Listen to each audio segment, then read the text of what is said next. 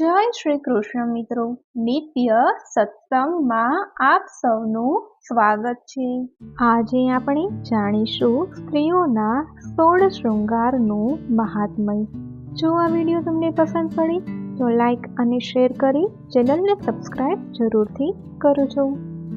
હિન્દુ લગ્નમાં 16 શૃંગારના ગુણગાન ગવાય છે અને આ શણગારની વસ્તુઓ પહેરવી શુભ માનવામાં આવે છે।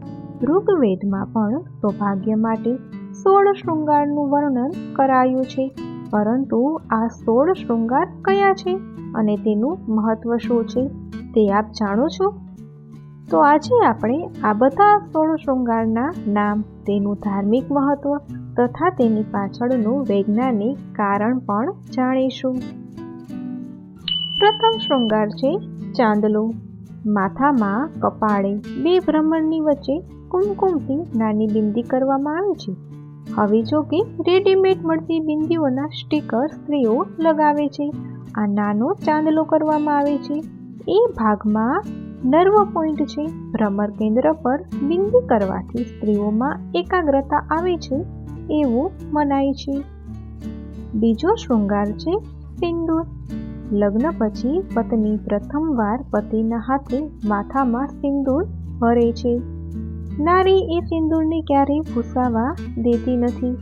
પતિના દીર્ઘાયુ માટે સ્ત્રીઓ માથામાં સિંદૂર લગાવે છે। સિંદૂર લાલ ઓક્સાઇડમાંથી, પારો અને શીશુના ભૂકામાંથી તૈયાર થાય છે। તેને કારણે મગજની નસો નિયંત્રણમાં રહેતી હોવાનું મનાય છે।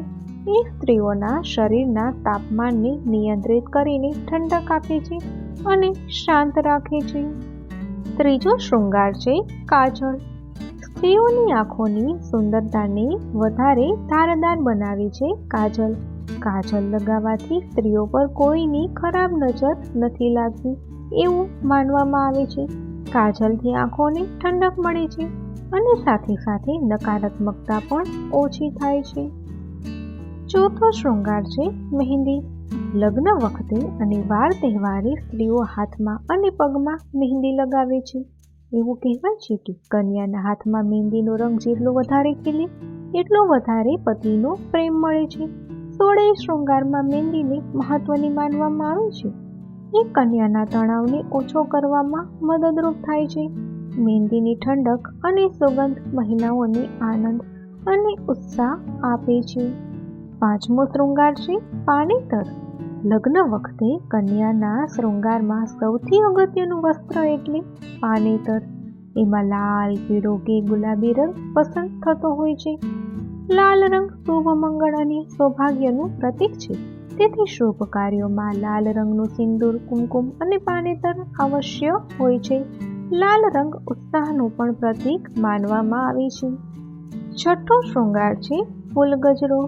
ફૂલોથી તૈયાર થતો ગજરો એક પ્રાકૃતિક શૃંગાર છે। વાળને વધારે સૌંદર્ય બક્ષતો ગજરો કન્યાના ધૈર્યનું પણ પ્રતીક છે અને એને તાજગી અર્પે છે।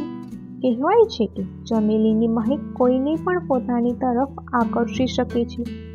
ચમેલીની સુગંધથી તણાવ પણ દૂર થાય છે। સાતમો શૃંગાર છે ટીકો। સોના, ચાંદી, હીરા અને મોતીથી તૈયાર થતું આ ઘરેણું સ્ત્રીઓના મસ્તકને શોભાવે છે। એવી માન્યતા છે કે નવવધુએ માથાની બરાબર વચ્ચે એને પહેરવો જોઈએ, જેથી લગ્ન જીવન બાદ તેનું જીવન હંમેશા સીધા સરળ રસ્તે ચાલે, કોઈ પક્ષપાત વિના સંતુલિત રીતે નિર્ણયો કરી શકે। વૈજ્ઞાનિક માન્યતા પ્રમાણે માંગટિકા શરીરના તાપમાનને નિયંત્રિત કરે છે અને તેથી શાંત ચિત્તે સ્ત્રીઓ નિર્ણય લઈ શકે। આઠમો શૃંગાર છે નથણી। લગ્ન વખતે નવવધુને નથણી પહેરાવવામાં આવે છે। એવી માન્યતા છે કે સૌભાગ્યવતી સ્ત્રી નથણી પહેરે તેનાથી પતિના સ્વાસ્થ્ય અને ધન ધાન્યમાં વૃદ્ધિ થાય છે। એવું પણ કહેવાય છે કે નથણી પહેરવાનો સીધો સંબંધ સ્ત્રીના ગર્ભાશય સાથે છે। નાકની કેટલીક નસો ગર્ભાશય સાથે જોડાયેલી હોય છે, જેથી નથણી માટે નાક વિંધાવેલું હોય ત્યારે પીડા ઓછી થાય છે। નવમો શૃંગાર કર્ણફૂલ એટલે કે કાનની બુટી। કાનની બુટ્ટી અનેક આકર્ષક સજાવટ અને સાઇઝમાં જોવા મળે છે. લગ્ન બાદ વહુએ બીજાની અને ખાસ કરીને પતિની સાસરિયાની બુરાઈ સાંભળવાથી દૂર રહેવાનું છે. એટલે આ કર્ણફૂલ. એવું પણ માનવામાં આવે છે કે કાનની બુટ્ટીમાં ઘણા એક્યુપ્રેશર પોઈન્ટ છે. એના પર આભૂષણનું દબાણ આવવાથી કિડનીની કામગીરીમાં રાહત મળે છે. 10મો શૃંગાર છે મંગળસૂત્ર. લગ્ન પ્રસંગે વરરાજા કન્યાના ગળામાં મંગળસૂત્ર પહેરાવે છે. ત્યારબાદ સૌભાગ્યવતી સ્ત્રી નિરંતર આ મંગળસૂત્રને ધારણ કરીને રાખે છે. પતિ અને પત્નીને જીવનભર મંગળમય એક સૂત્રમાં બાંધી રાખનાર આભૂષણ તરીકેનું સ્થાન એનું છે. એવી માન્યતા છે કે મંગળસૂત્રથી સકારાત્મક ઉર્જા આકર્ષિત થાય છે અને નારીના હૃદય અને મનને શાંત રાખે છે. મંગળસૂત્ર સોનાનું હોય છે અને સોનું શરીરમાં બળ અને તેજ વધારનારી ધાતુ મનાય છે. 11મો શૃંગાર છે બાજુબંધ. બાવડા પર ઉપરની બાજુ આ આભૂષણ પહેરવામાં આવે છે. સોનું, ચાંદી, કુંદન જેવી મૂલ્યવાન ધાતુ અથવા પથ્થરમાંથી પણ બાજુબંધ બનાવવામાં આવે છે. અગાઉના સમયમાં સુહાગણ સ્ત્રી માટે બાજુબંધ પહેરી રાખવું જરૂરી મનાતું હતું. એ સાપની આકૃતિ જેવું બનાવાતું હતું. એવી માન્યતા હતી કે સ્ત્રીઓ બાજુબંધ પહેરી રાખે તેથી પરિવારમાં ધનની સુરક્ષા થાય. બાવડા પર પ્રમાણસર દબાણ તેનું આવે તેનાથી લોહીના ભ્રમણમાં પણ એ ઉપયોગી થાય છે. 12મો શૃંગાર છે બંગડી. હાથ પર પહેરવામાં આવતી ચૂડી કે બંગડી સૌથી મહત્વનો અને હાથવગો શૃંગાર છે.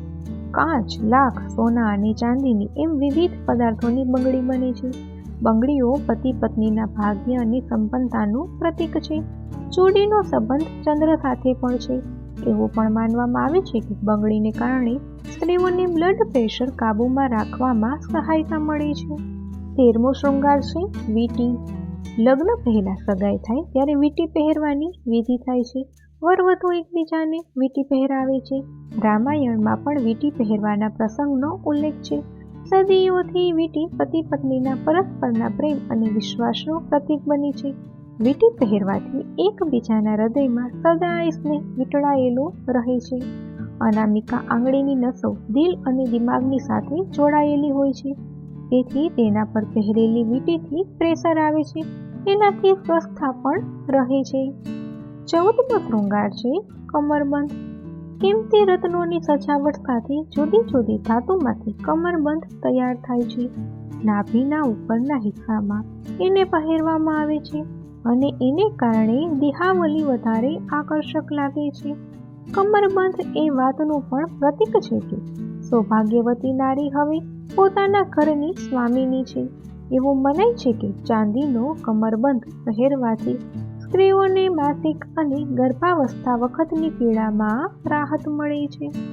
5મો શૃંગાર છે વીંછિયા. વિવાહ બાદ સ્ત્રીઓ પગની આંગળીઓમાં વીંછિયા પહેરે છે. એવી માન્યતા છે કે વીંછિયા પહેરવાથી સ્ત્રીઓનું સ્વાસ્થ્ય સારું રહે છે. ઘરમાં સંપન્નતા પણ રહે છે. વીંછિયા પહેરવાથી બ્લડ પ્રેશર પણ નિયંત્રણમાં રહે છે. 16મો શૃંગાર છે પાયલ. પગને સુંદર બનાવતું સૌથી આકર્ષક અને સુમધુર ધ્વનિથી ઘરને ભરી દેનારું આભૂષણ એટલે પાયલ. ઘરની વહુના પાયલ ઘરમાં ગુંજતા રહે અને એનો અવાજ આવે ત્યારે વડીલો સમજી જાય કે પુત્રવધુ આવે છે. એટલે તેમની જવા માટેની જગ્યા પણ કરી આપે. ઘૂંઘરું પહેરવાથી સાયટિકામાં રાહત મળતી હોવાનું પણ મનાય છે અને એડીમાં સોજો હોય તો તેમાં પણ રાહત મળે છે. તો મિત્રો, આ હતું આપણા હિન્દુ ધર્મના 16 શૃંગારનું મહાત્મય. જો આ માહિતી તમને પસંદ પડી હોય તો વિડીયોને લાઈક અને શેર કરી ચેનલને સબસ્ક્રાઈબ જરૂરથી કરજો. જય શ્રી કૃષ્ણ.